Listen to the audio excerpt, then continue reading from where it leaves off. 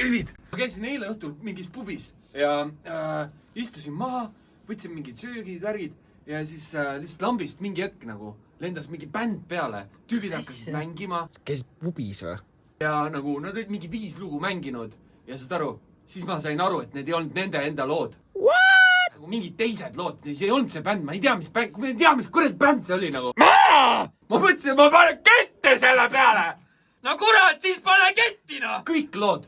Ma teadsin kõiki lugusid, mida olen mänginud. Aga ma ei teadnud mitte kedagi sellest bändist. Sa nii närvis oled. What? Lolliks oled läinud. Mis asja sa ajad? Sa tahad öelda, et nad tulid peale ja tegid teiste bändide lugusid? Ei ole võimalik. Ma ei ole läinud hulluks. See oli nii. Aga nii Ma ei tohib kujuta teha seda või? ette, seda. Sükst asja ei tehta. Kes see teeb niimoodi?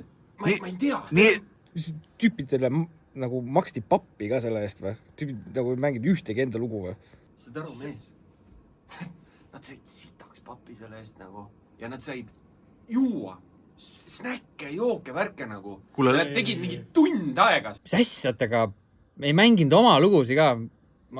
See ei ole võimalik ju. No üks laks on kindel. Me ei hakka elu sees sükst asja tegema. No me kindlalt mitte kunagi sükst asja tegema nagu. Teiste lugud. Me ei hakka kunagi. Me ei oskagi mängida.